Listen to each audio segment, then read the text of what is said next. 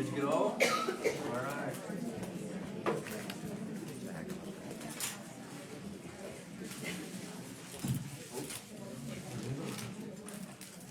Okay, I can say it. Well, hold on one second.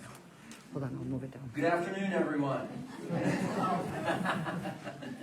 Good afternoon. Thank you for coming. My name is Bryce Biker, and I have the privilege of serving as the president at Sibley State Bank. Just wanted to welcome you all here and wanted to thank you for coming today. At Sibley State Bank, our mission goes beyond just financial services. We truly want to be a partner in your financial well-being. This is a little bit of the reason why we're doing what we're doing today. Unfortunately, fraud and scams have become more common and sophisticated. I'm sure you guys are aware of that. We're certainly aware of it. We're seeing it every day.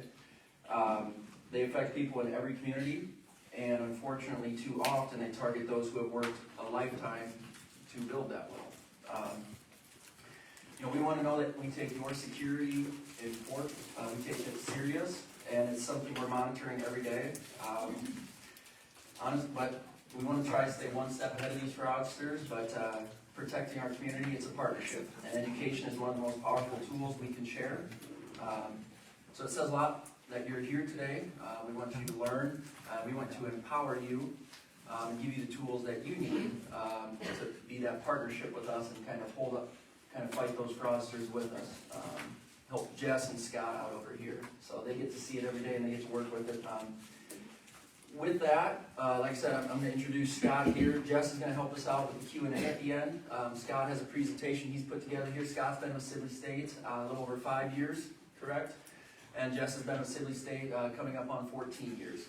And so this is stuff they see every day. This is stuff they work through every day. Consistently, we're getting calls from customers. Consistently, we're making calls out to customers. Hey, did you want to do this? Did you in fact do this? Is this you? Is this not you? And a lot of times, Jess does a great job of catching those things, fraudulent checks, this, that, and the next. You're going to see a lot of examples of some of the, I'll call it the tricks of the trade that some of these fraudsters are doing. Unfortunately, we catch one, and then they come out with a different deal, or a different trick, or a different thing. So it's kind of, if they would put this much effort into the good, it's kind of like, man. But, so yeah, we see it every day, and like I said, it's a partnership. It's a partnership between us and between you. We're doing our best on our end, but it's very helpful if you guys on your end can specify and notice some of these things and take care of it on your end as well. So with that, like I said, it's my pleasure to introduce Scott here. He's put together this presentation. He's been to several IBA meetings on fraud, learned about all this type of stuff, and like I said, Jess lives in it every day. So these two have a wealth of knowledge. So feel free to pick their brain at the end here. We'll give you some free time to ask some questions. So without further ado, here's Scott.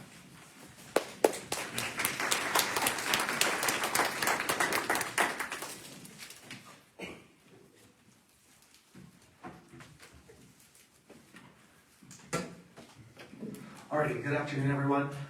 You should have a copy of all of the slides in front of you, if that helps you follow along, especially if you're in the back and you can't always see, just to help follow along. There is another handout that came from the FDIC, that's something more just as a take-home, as a reminder of some things that you could do as well, and we'll kind of talk about those things after the presentation. So to start off with fraud here in the United States, it's kind of hard to track. But currently, in 2023, they predicted $23.7 billion worth of financial fraud happened within the United States. This is only from the reported numbers. So when fraud goes unreported by customers or, depending on your age group, you just think, oh, it's no big deal. But they think it could actually be up to $158 billion across the United States in financial fraud. So basically, that's why we're here today, like Bryce said, to really reiterate that you guys are the first line of defense against financial fraud with your own bank accounts. So in Iowa, there is some information just about what we have seen here in Iowa. The highest number of reports come from the 60 to 70-year-olds. That is primarily because they are the most targeted. That is because, like Bryce said, you have worked your whole life, you have accumulated wealth generally, and there's money to take versus the 20-something-year-olds. The unique thing, though, is that the under the 20 and under, or 19 and under, actually have the highest percentage of losses. And that is because 20-year-olds have never lived in a non-digital world. I mean, looking at the room, a lot of you guys have been here before there were computers in the workplace, you know, and then as we've transitioned to using more technology, to now there being AI, where that 20-year-old has never not had that ever in their life. It's always been on their phone, it's always been on the computer, you know, so they are used to being susceptible to those types of frauds. So in Iowa alone, in 2023, the FBI predicts that $47.8 million is what lost Iowa residents. But that, again, only goes to what is reported. But they predict it goes up to at least $72 million a year. And there's only so many things that the bank and the financial sector can do to help get those funds back. So we're going to kind of go through some of the types of frauds and trends that are going on within the industry. Some of these you have probably heard. Some of them are been around for years. And some of them that have been around for years are starting to actually become more popular again. So it's just really important that we stay on top of these types of frauds. So the biggest one currently is actually check fraud. It continues to be a huge problem.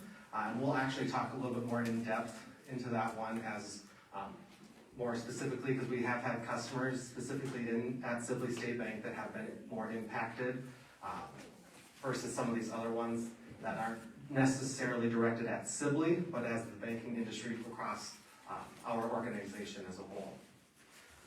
The romance scams, you know, you meet somebody online, they start a relationship with them, and then they start asking you to send money either through Venmo, PayPal, you know, some type of third-party app where you are giving out your account information, and then they are taking that money.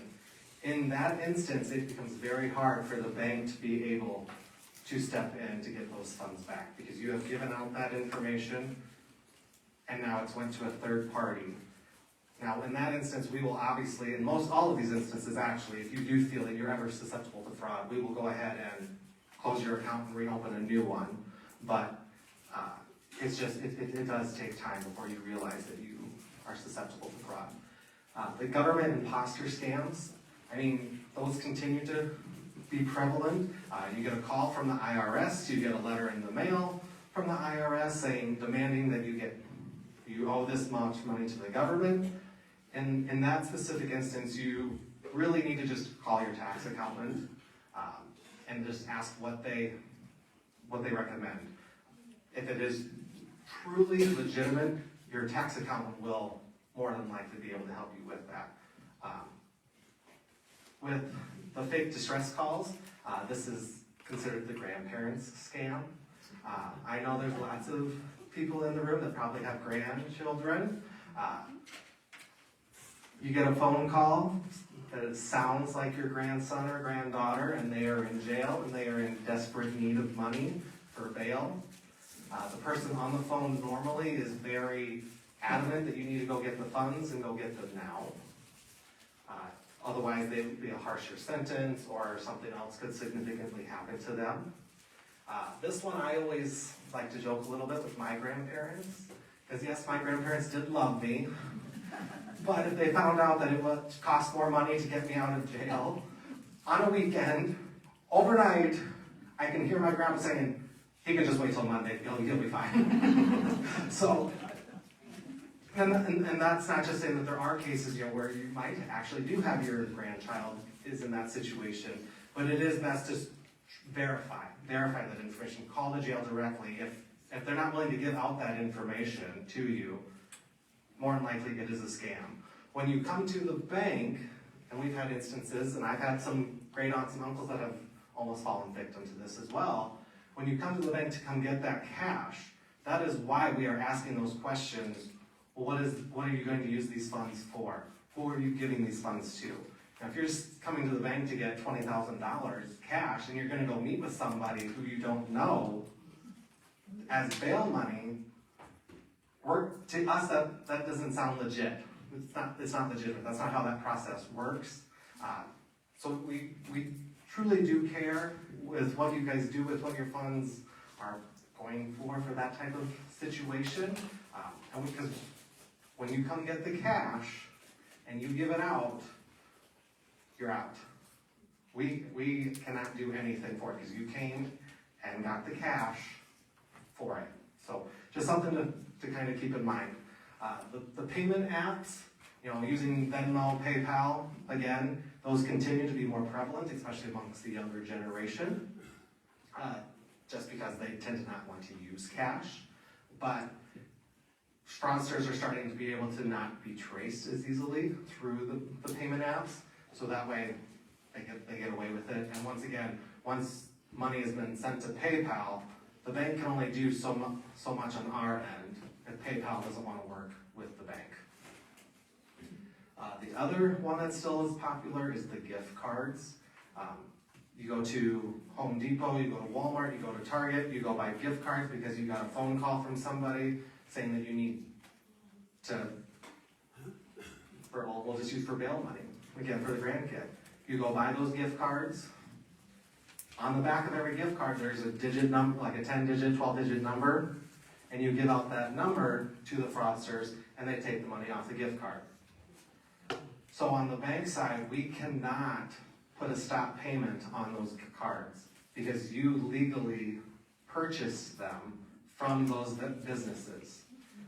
And technically, now you are committing a fraud if you want to put stop payments on them, because you legally purchased those gift cards. It just happens that the end result was where the fraud took place, and you're susceptible to that. Cyber fraud is also very much up and coming, with all the AI and that type of stuff, and the ChatGPT and things like that. It makes it more of a challenge to be able to decipher what is fraudulent, what is not. And for those that don't know what cyber fraud is, it's strictly online. They use the internet's anonymity to deceive people and organizations, and it leads to financial loss or reputation. These are also like how data centers or data is leaked online. When you hear of that type of situation in the news, that's what's kind of happening is cyber fraud. So with the cyber fraud, it allows them to basically copy your account information or a website, make it look like you're on a legit site when you are not. And then it allows them on the back side, and this gets really technical, but on the back side they can install software on your computer to start tracking and manipulating what you have on your device. And you don't truly know that. It's very hard to detect, but basically what it comes down to is just make sure you're going to legitimate websites. You're not clicking on pop-ups, windows, on ads on Facebook, things like that. Those are all where the cyber fraudsters get their first line into your computer device. Text messages and social media. How many people in here do online banking or buy things from Amazon? We all get notifications that your package has been delivered, which is a really great tool. It truly is. But on the flip side, it makes it susceptible to fraud as well. Because if you are not careful, fraudsters will send you a text message saying the package has arrived, looks very close to what FedEx or UPS or Amazon has. And when you click that link, you've just infected your phone or your work device or your computer. So with those text messages, if you're not suspecting a package or you didn't order anything, don't click on the link. Biggest thing, don't click on the link. Just delete the email, delete the message. That's about the easiest way to explain that, because they are trying to get your account information, and that goes back to the romance scams too. So you'll kind of hear me repeat some of the same things over and over throughout the whole presentation. But like even the marketplace scams, if you buy things on Craigslist or Facebook Marketplace, and something that normally goes for several $100s is on Marketplace and it looks brand new for $100, probably a scam. Unless it's a local person and you see who's selling it and you're like, oh, they're truly trying to get rid of it. But they're probably going to want to get paid through PayPal or Venmo or another payment app. These are all examples of ways that fraudsters continue to use the technology to get access to your financial information. The last couple of years, disaster scams, with the flooding we had last year in 2024, Sibley was fortunate enough that we didn't have obviously what Spencer and Rock Valley had, but there were plenty of flooded basements, damage. We had the derecho a couple years ago. This last summer we had the big windstorms. So we have had a fair amount of damage to property here in Osceola County and in Sibley. This is when disaster scams really start to pick up. You'll get stuff in the mail from fraudsters that you did not solicit. Just because if they can get anything out of you, they will. This is really where the insurance division comes in. If you truly, and we have some of our insurance people here, so when you have a disaster claim, truly work with your insurance provider, your insurance agent, to make sure that where the funds need to go, that you are not being susceptible, that those funds are being sent somewhere else because of a fraud scam. This next one is probably not as relevant. It's just something that FinCEN, which is our financial crimes network, sent out this last September, that is starting to become a problem across the United States. And with enough people having children or grandchildren, I just wanted to bring it up. So sextortion is actually, it's sexting. It is taking photos, sending them to other people, especially inappropriate illicit photos, but you're sending them to somebody who is not who they say they are. You think you're having some type of conversation with a person, and it is not who you think it is. And what they are doing is threatening to release those images to the public, to your family, if you don't pay. Many of the victims of this have actually been around the 14 to 18-year-olds, and it actually has led to an increase in suicide amongst the teenage boys across the United States. So just something to keep in the back of your mind. It's not something you would think is directly tied to financial crimes, but because of the exploitation of basically ransom for the photos, I just wanted to kind of bring that up, just to kind of bring it to the forefront, because I was not really aware that this was truly an issue. But when financial crimes of the United States it's called FinCEN, sends out notices of things that are happening across the United States within the financial industry, I just thought this was a good one to bring up. So probably the newest one is the AI, and as it deals with fraud. Has anybody in here used ChatGPT or anything like that? Yeah, so several of you have. So basically what ChatGPT does, for those that don't know, I can ask it a question and it will give me an answer. And I can ask it to create a document that looks legit, and it will produce a fillable document for me. So it's really starting to become challenging to decipher what is real and what is not. So like I said, the fake documents continue to be an issue. And AI has just made it so much more sophisticated because it looks that much more real. Earlier I talked about check fraud becoming an issue. We've had several customers, not just related to Discover, but to utilities, to something that they are not mailing locally. They're putting a check in the mail. So on your check, everybody knows that it has the bank's routing number, it has your account number on it, and then it has your more likely name, address, phone number. So what the fraudsters are doing is they are intercepting it in the mail, and they are rewriting the check and then they are mobile depositing that check into their own account. So we did a little experiment with mobile deposits and fraud. What is wrong with this check? I have the check with me. Obviously, on the physical check, it's whited out. But on that image up there, where can you tell that there is something wrong? Minus there's no address. I had to grab a check from the bank, so there's no address up here. So there is no check number, that is correct. So on that check that Jessica has, my name was this check was actually made out to Jessica. And I put white out on it, and wrote my name on top. So this is the image that we get at the bank. So minus no check number. Obviously this part of the line we can see is gone. Normally the fraudster is way better at that than me. So they will keep that line there, so it makes it truly hard for us to detect if it's fraud. So in this example, what actually triggered it for us is the check was written out for several $100s to Discover when they've never had that big of check ever written to Discover.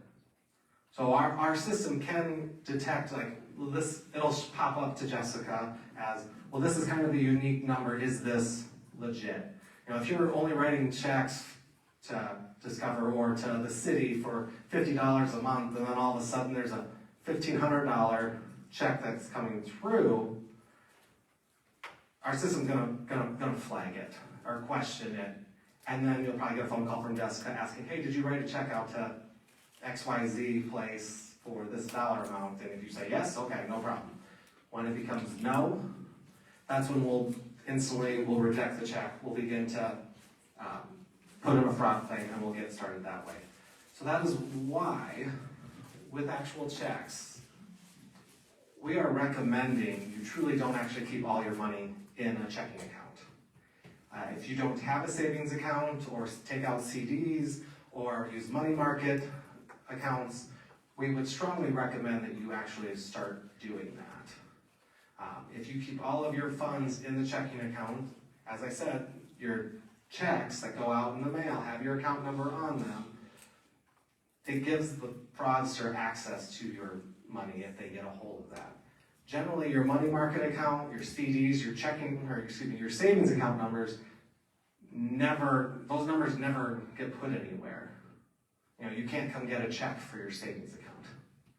The other thing we strongly recommend, and if you're not savvy online, that's okay, but we would really recommend you start using our bill pay system.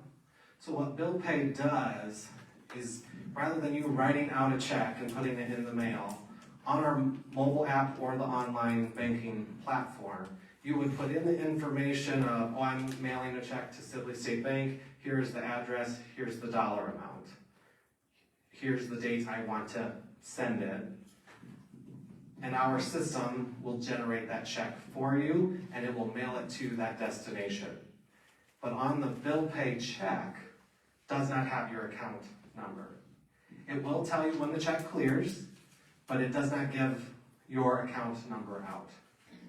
So just something, if you don't utilize bill pay right now, something to maybe think about implementing in the future. And that is all through our online banking platform. You can do it through the mobile app or online.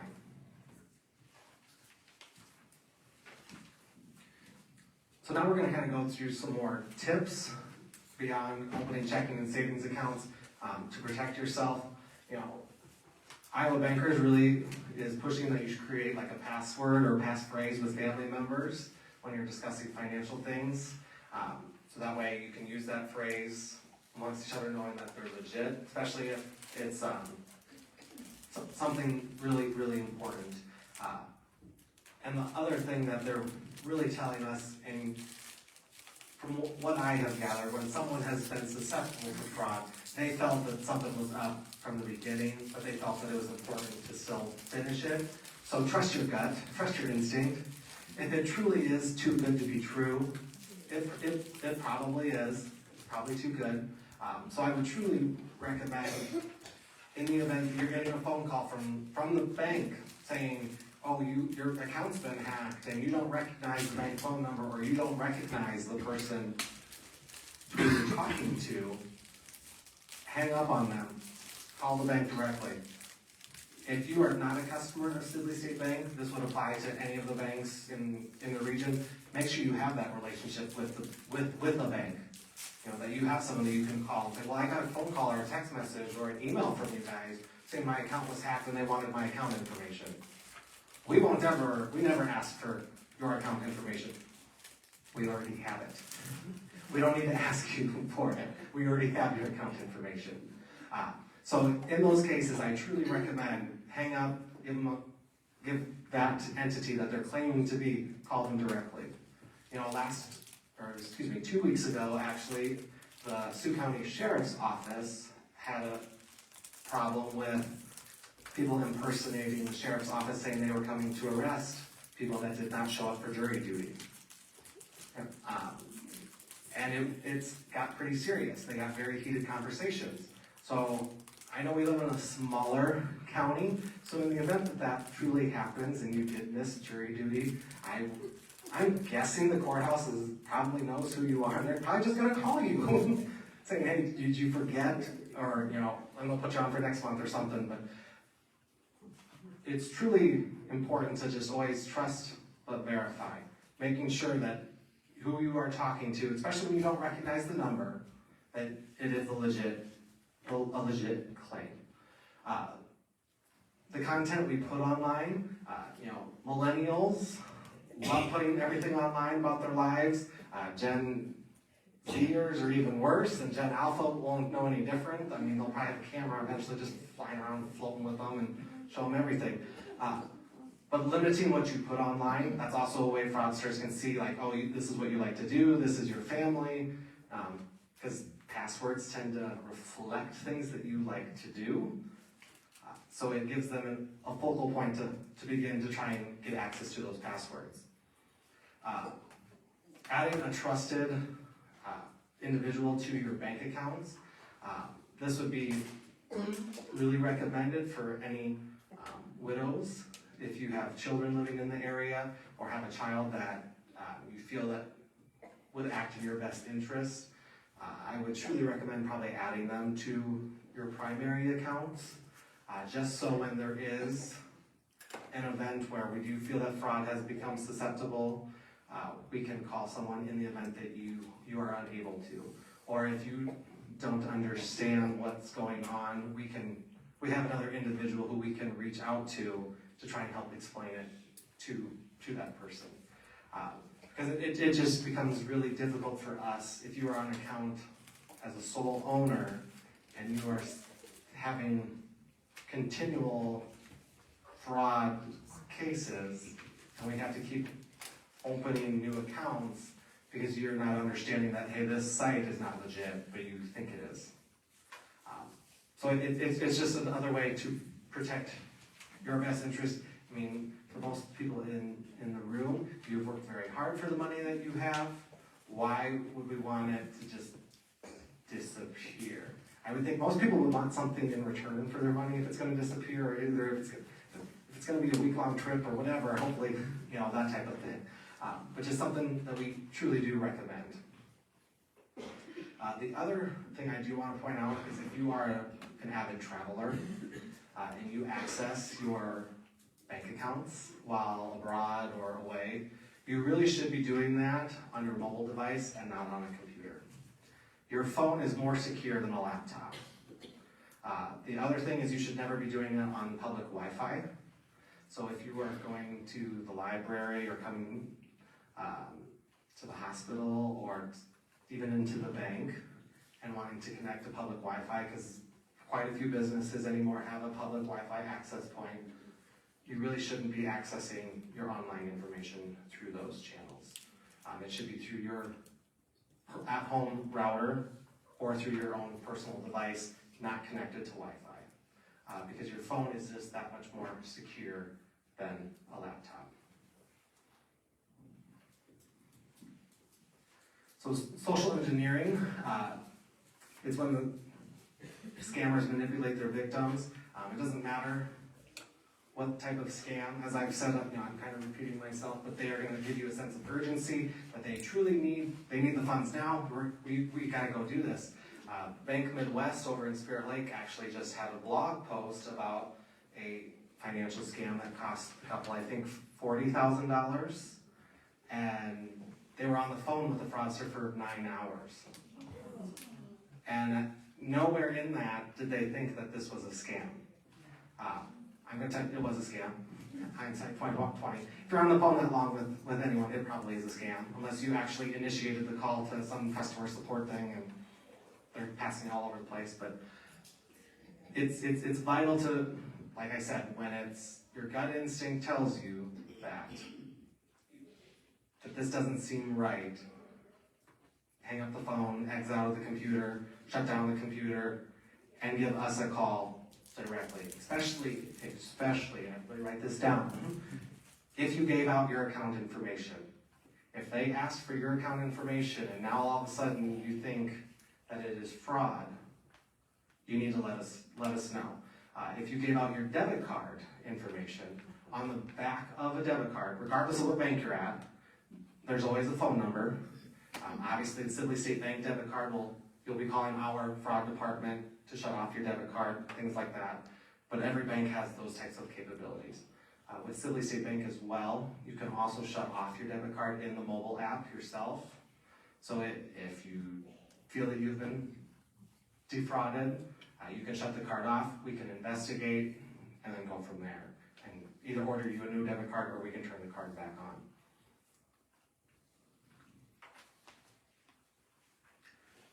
Changing your passwords regularly.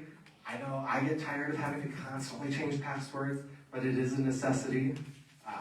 That's partially why every financial institution has a certain number of days you have to change your password every time. The other thing is you'll start to see dual authentication, where you have to send a code to your phone or to an email, or you'll get a phone call to then be able to log in. And that is just one more step to help prevent fraudsters from getting access to either your device, to your accounts, or to your computer. Now, like I said, opening savings accounts, money market accounts, CDs. At Sibley State Bank, we have an ultimate CD that gives you still access to your funds. Those are all things that we strongly recommend you look at doing. And then the bill pay option as well. And like as I said, online usage, don't use public Wi-Fi for your financial account openings. If you're shopping online, we strongly recommend you use a credit card versus a debit card. There are certain liabilities that credit card companies have to provide versus what a debit card can. So there's just more protection. And on the flip side, using a credit card, it's not your money. That's being used at the time. So in the event that there is fraud, it does give you a chance for them to go fight, figure out who took those funds, was this legit, and then it's the credit card company that is going after them. So basically, kind of starting to wrap up, but trust your local banker. Have a relationship with a local bank, regardless of who it is, where it's at. Regardless if you're with Sibley or Iowa State Bank or UCB or Wells Fargo, have a relationship with a branch of some kind. That way, whenever there are issues, there is someone there that you can trust to go talk to. As we kind of said, as bankers, we see fraud all the time. It's nothing new, and we can only help so much in the fraud department. The faster you recognize that it's fraud, the faster we can start to investigate. So if you get your statements in the mail, you have 60 days from that statement date to put in a fraud claim. So what I'm getting at though is if you wait 60 days, it truly gives that fraudster plenty of time to, I don't say get away, but to try and cover it up better. Versus when you're checking your accounts online, using mobile and online banking, you can see the transactions that are getting posted. Oh, this one is not me.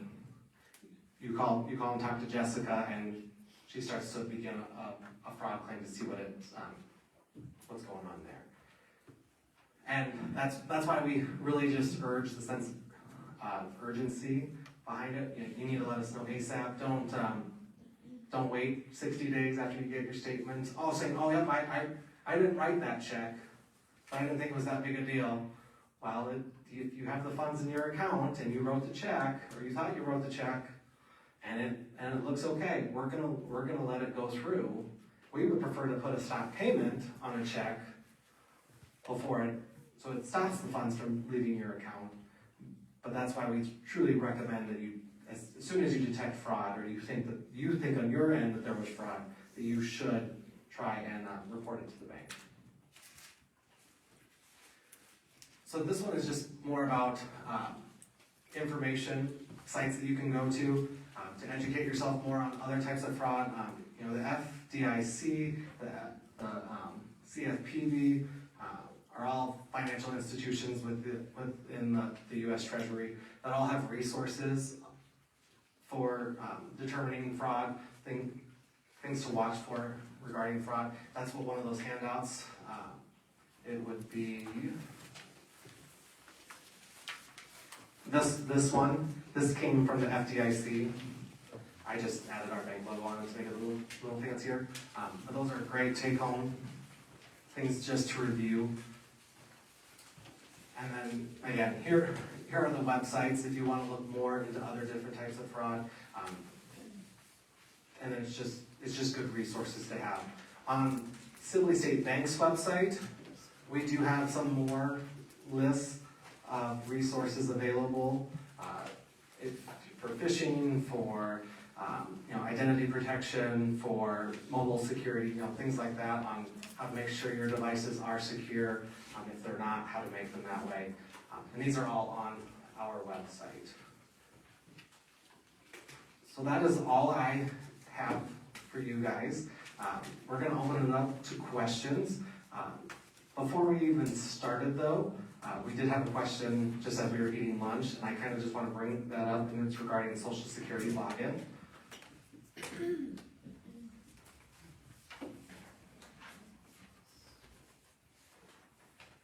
So when you have to log into Social Security, it might look a little different than what you're used to.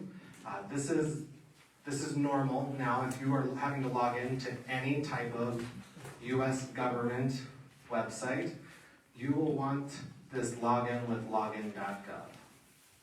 The other thing to make sure of is that you're always, if you're supposed to be going to a website for the United States government or government in general, that you're at a .gov site. If you are not at a .gov site, chances are it's not the right site, and it could potentially be susceptible to fraud.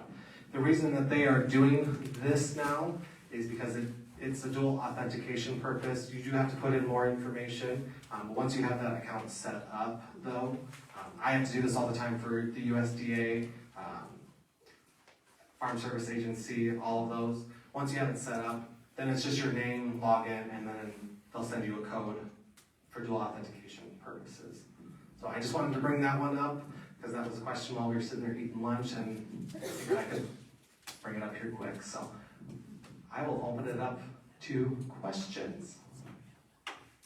I have a second checking account at the same bank that I use just for Venmo and Robinhood and the Cash App and PayPal and that kind of stuff, which I normally keep under $1 in.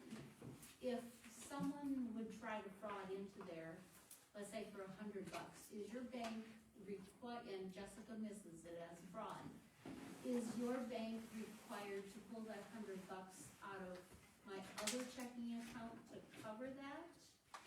Or will it just go back as insufficient funds? Does that make sense? Yes, so I will repeat the question. So this person has 2 checking accounts, and if one is used for Venmo, PayPal, things like that, and there's not money in it currently, and a fraudster tries to pull $100 out, essentially what happens? I will let Jessica, I think I know the answer, but my guess is it depends on how you have the accounts linked. If they're not linked together to offset one another, it will probably get returned for insufficient funds, and Jessica will it'll show up on our overdraft report, and it will just get returned, and they won't get anything. How would they be linked, other than they're under the same name? So within our network, so you can, for overdraft purposes, you can link accounts together. So if in your primary checking account, you would be $100 short and this other account has $500 in it, we will let that go through and our system will pull $100 from the account. But if this account, the PayPal Venmo account, does not have that set up, it will automatically show up as an overdraft and get returned. So I would have to call the bank and unlink them, or can I do that online, or? So Jessica would have to double check to see how your accounts were linked up. More than likely, they are not linked together. Generally, when we set up an account, we don't automatically link them. You would have had to have come in and set that up, saying, I want that as an option.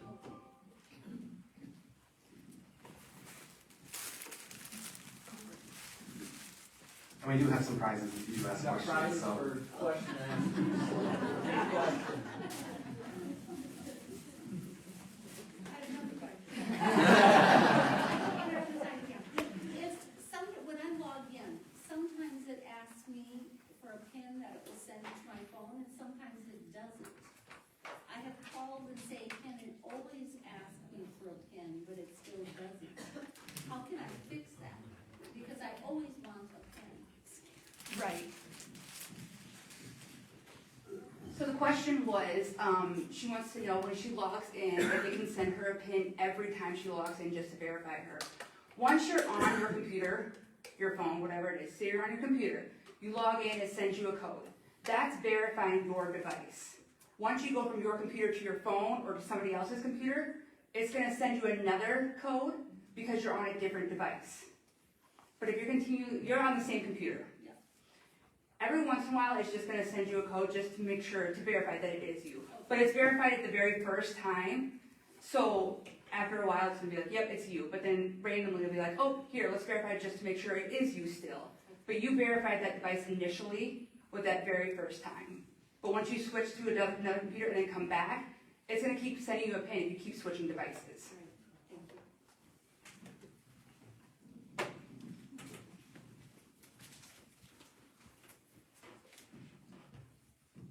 Any other questions?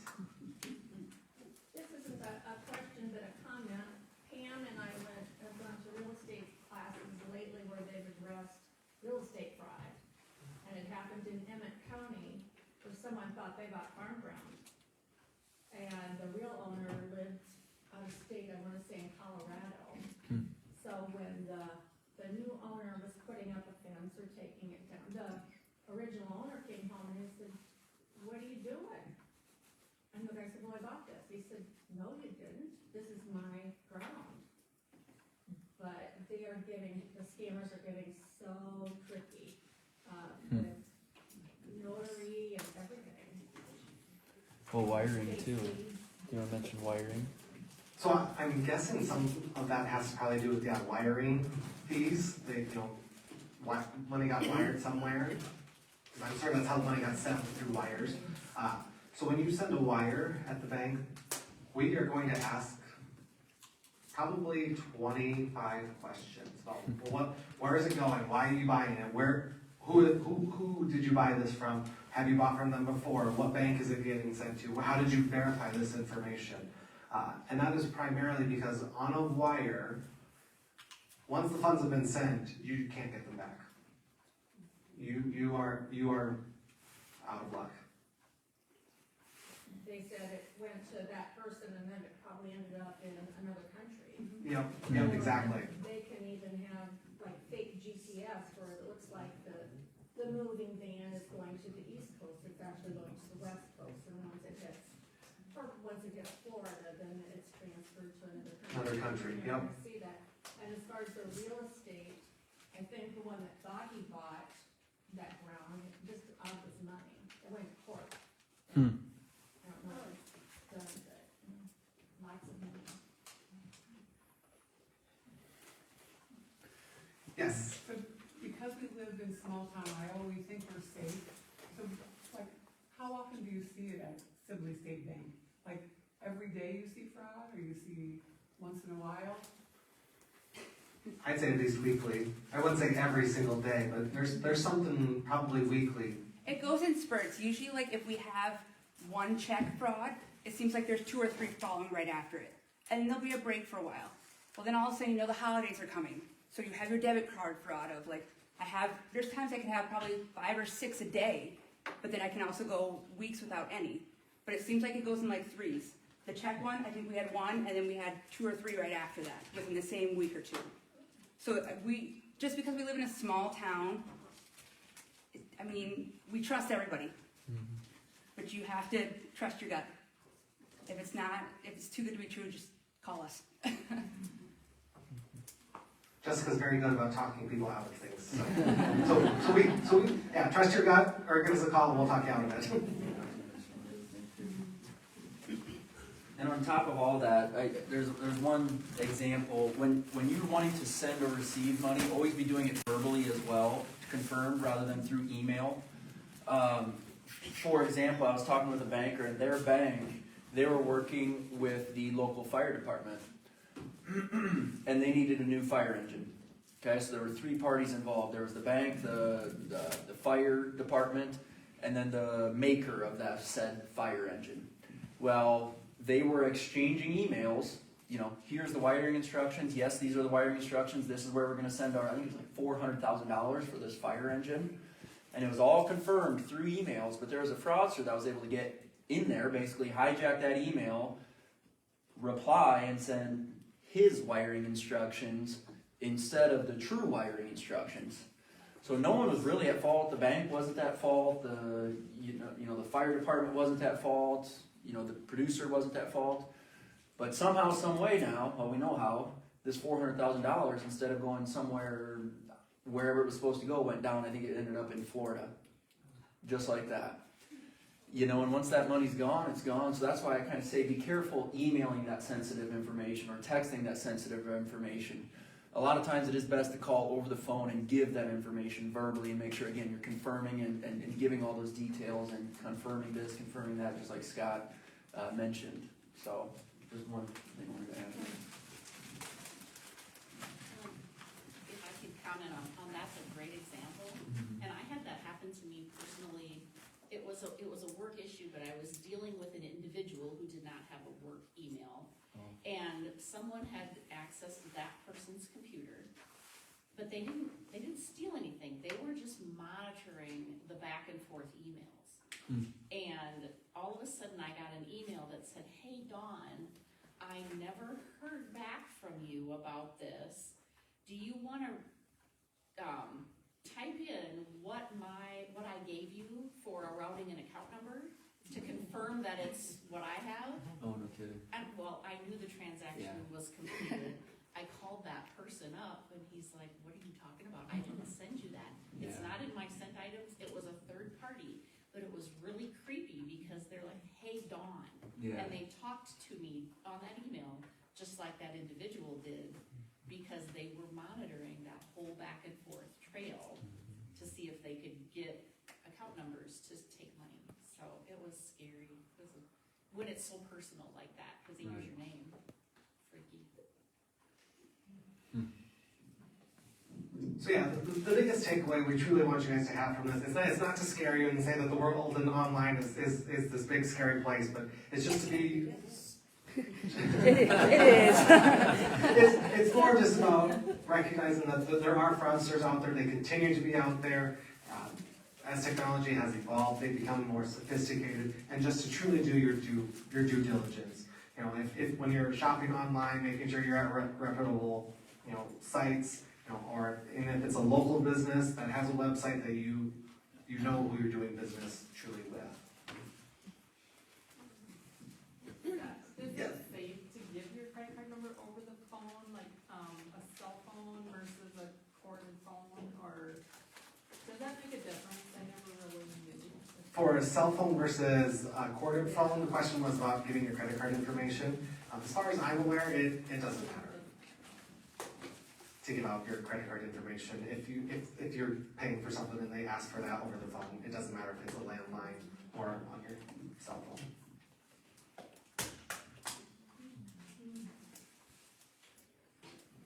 You talk about this bill pay, you signed up, stuff.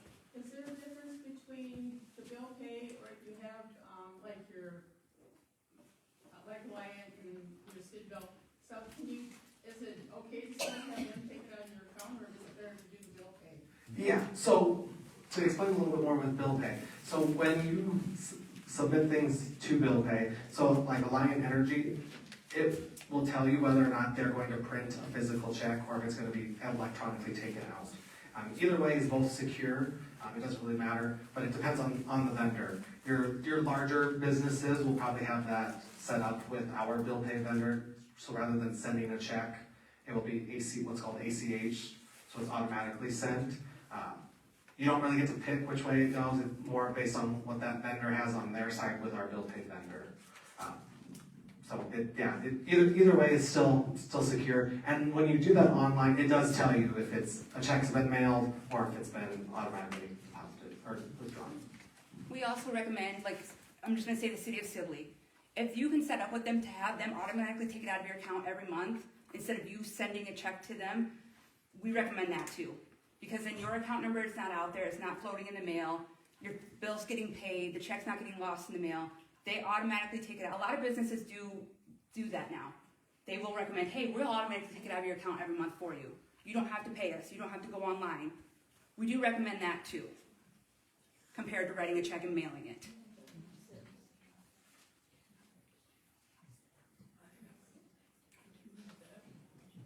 Well, I think if there's no one else that has any questions, we just want to thank you guys for coming today. We surely appreciate it. Like I said, at the end of the day, you guys are the first line of defense in terms of financial fraud, trying to keep your money safe and secure. We do our best to do that, but obviously we aren't sitting at a computer 24 hours a day, 7 days a week personally. But we do have resources and capabilities to monitor your accounts as best as possible. But you truly are the first line of defense to stop a fraudster from getting access to your account. So just remember, if someone's asking for your account information, you truly should be asking, do they truly need this? Why do I need to give this out? And if you have given it out and you decide that you shouldn't have, you need to call Jessica right away. And she will help you get new accounts open, or will monitor your account, depending on what you want to do, but she will walk you through the next steps in the event that happens. Hopefully it doesn't for anybody in here, but in case it does, your bank is always the first line of defense after you have detected fraud yourself, just so it doesn't become a prevalent problem and your money disappears. So thank you guys all for coming. I truly appreciate it.